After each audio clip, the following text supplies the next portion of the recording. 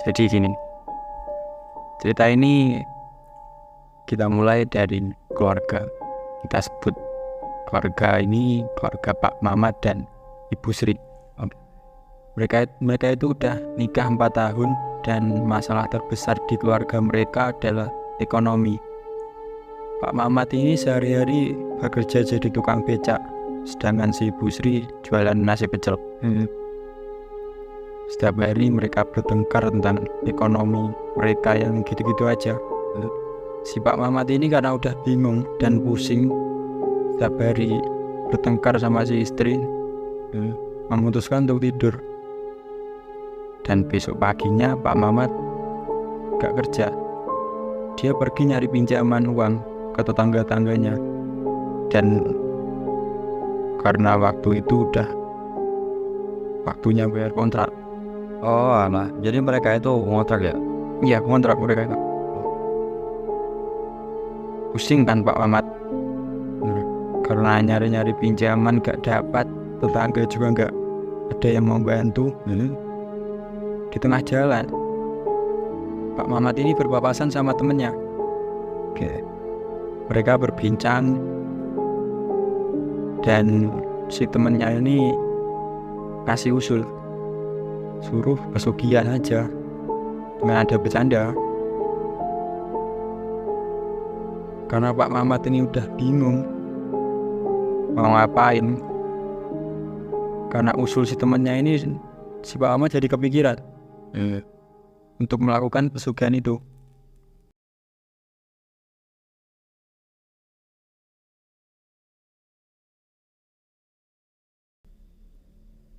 Setelah itu Pak Mamat nyari orang pintar, Semacam dukun gitu ya? iya semacam dukun. Nah, nyari-nyari, tanya ke orang-orang, dan singkat cerita ketemu sama si dukun ini. Kita sebut saja Mbah Mustok. Mbah, saya pengen pesugihan, saya pengen kaya raya Mbah, ucap si Pak Mamat. Mbah Mustok ini ngasih tahu kalau pesugihan itu mempunyai syarat dan perjanjian. Itu perjanjiannya seperti apa?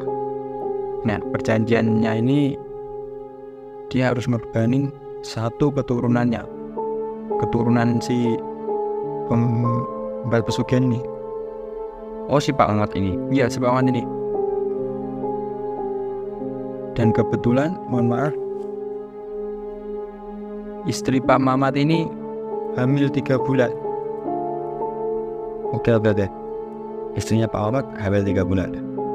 Iya, makanya Pak Mamat bingung juga kan. Karena buat makan 2 orang aja susah, apalagi punya anak. Ya seperti itulah kira-kira pemikiran Pak Mamat waktu itu. Oke. Pak, apa udah siap dengan persyaratannya? Ucap si dukun. Siap Mbah, pokoknya saya mau kaya, jawab si Pak Mamat. Si dukun ini memberitahu ke Pak Mamat untuk kembali lagi malam Jumat Kliwon dengan membawa istrinya, si Bu Sri. Si Bu Sri. Iya. Si Pak Mamat mengiyakan. Senang kan Pak Mamat.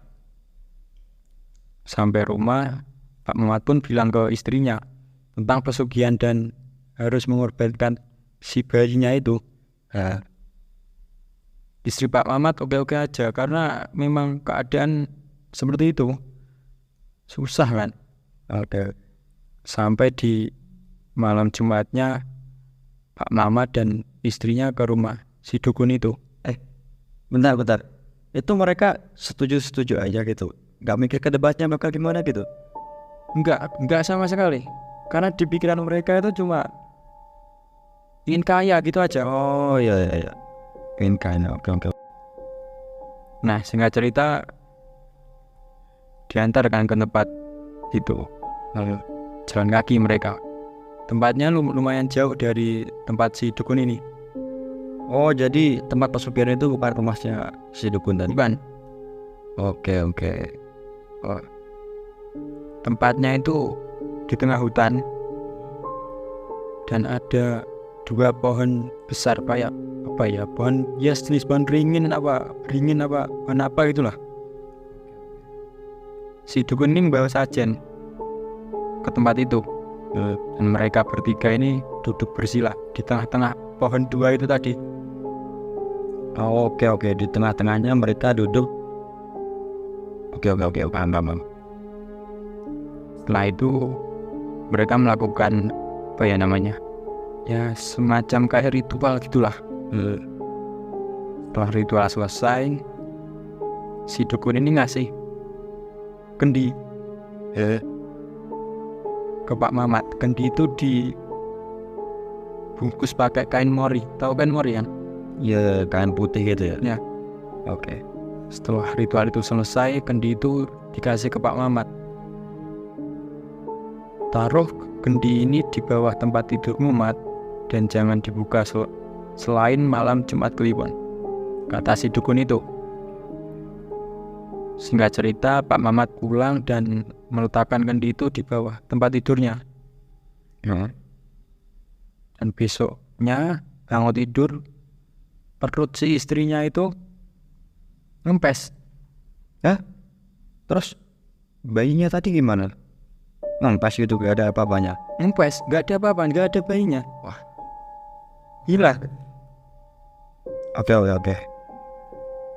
Dan di bawah tempat tidurnya tadi, tepatnya di samping kendi itu, ada banyak uang. Sudah ada banyak uang di situ. Oke, mungkin anaknya yang hilang tadi diganti sama duit tadi. Oke. Ya. Pak Mamat dan istrinya bahagia kan, karena ritualnya berhasil. Meskipun kehilangan anaknya. Iya. Oke. Lalu setelah itu Pak Mamat memutuskan untuk pergi dari kampung itu, karena ya biar nggak dicurigain lah sama tetangga-tangganya. Oke. Karena aneh kan, udah kaya gitu aja kan aneh. Terus istrinya hamil tiba-tiba hilangnya. Oke. Masuk akal.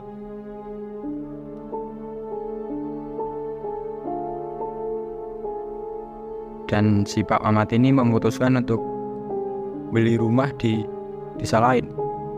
Sambil nyari-nyari rumah, Pak Mamat itu mau mampir ke tempat si dukunnya ini, ingin berterima kasih.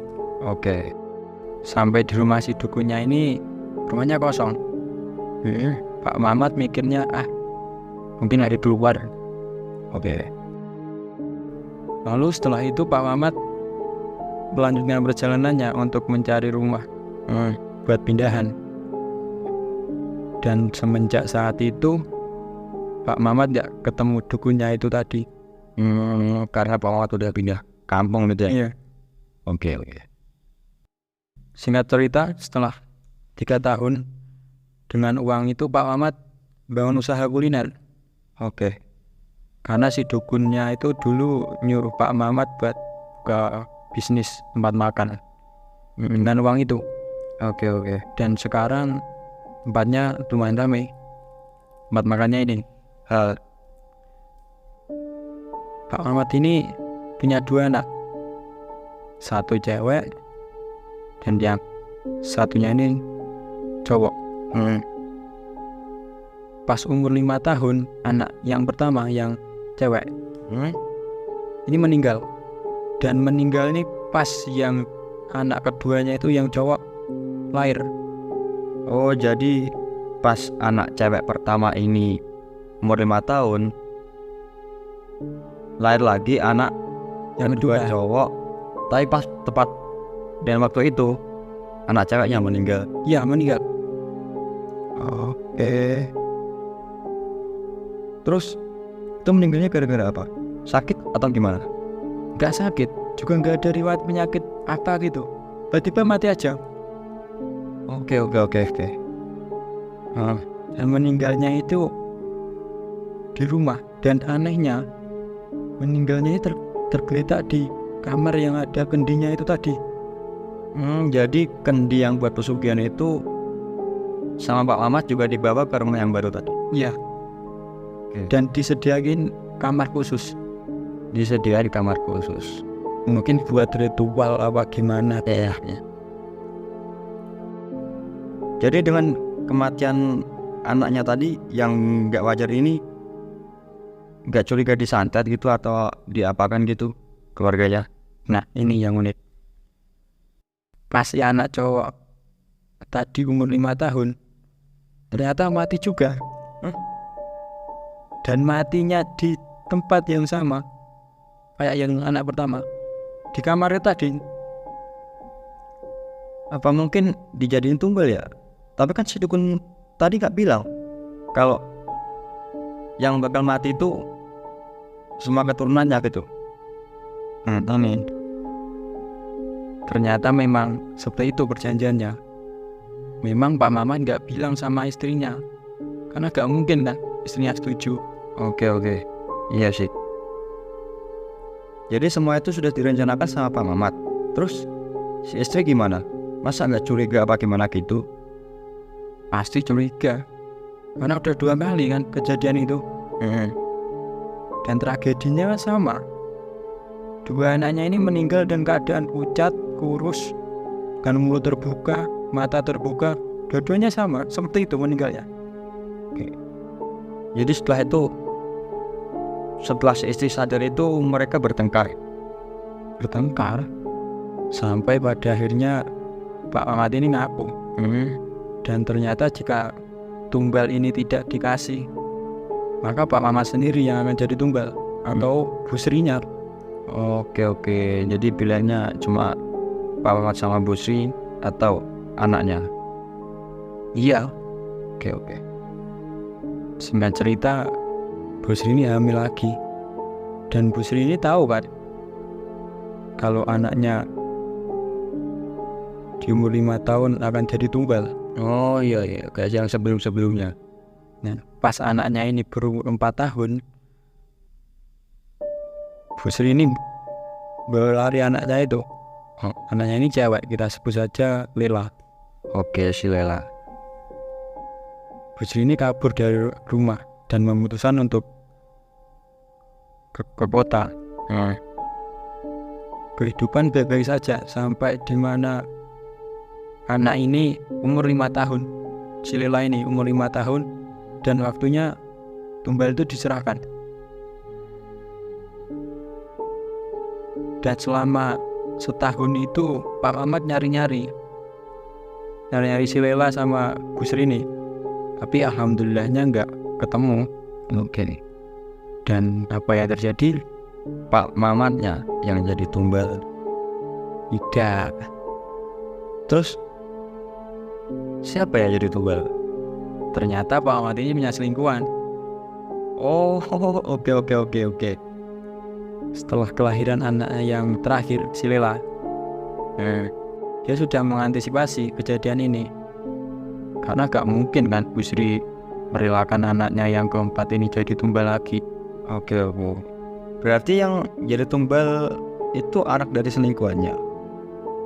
Berarti tahu dong selingkuhannya ini kalau anaknya mau dijadiin tumbal. Enggak tahu. Pak Ahmad ini enggak jelasin sama selingkuhan, Enggak dijelasin. Oke. Bukannya itu perjanjian 2 orang saja kayak Bu Sri sama Pak Mamat. Apa nggak harus pakai darah daging mereka juga? Kan yang perjanjian itu mereka juga, mereka berdua. Lebih tepatnya nggak harus pakai rahim gitu, nggak pakai rahim Bu Srinya ya kan. Nah ini karena nggak dari rahim si Bu Sri, yang jadi tumbal ini nggak cuma anaknya tapi sama selingkuhannya juga. Oh, oke. Jadi dua-duanya jadi tumbal gitu. Iya, mati semua. Dan apesnya Pak Mamat ini setelah kejadian itu dia kena penyakit. Gak tahu apa ya namanya penyakitnya. Kayak intinya dia sudah nggak bisa membuat keturunan lagi gitu lah. Oh, kayak semacam memandu gitu ya. Ya semacam itulah. Oke. Hari-hari berbulan-bulan cari-cari obat, ternyata nggak sembuh juga. Nyari Bu Sri dan Lela juga nggak ketemu. Sampai akhirnya genap 5 tahun setelah tumbal yang terakhir tadi. Oke, yang selingkuhan sama anaknya tadi. Si setannya ini minta tumbal lagi karena anaknya satu-satunya cuma si Lela. Dan gak ada di situ si Lelanya. Jadi yang menjadi tumbal berikutnya adalah Pak Mamat itu sendiri. Bu Sri sama Lela amin ya berarti? Tidak. Pertumbalan ini tidak berhenti sampai Pak Mamat. Si setan pesugihan ini tetap minta tumbal sampai keluarga si Pak Mamat dan Bu Sri ini habis tak tersisa. Jadi tumbal berikutnya Benar, Bu Sri dan Lela.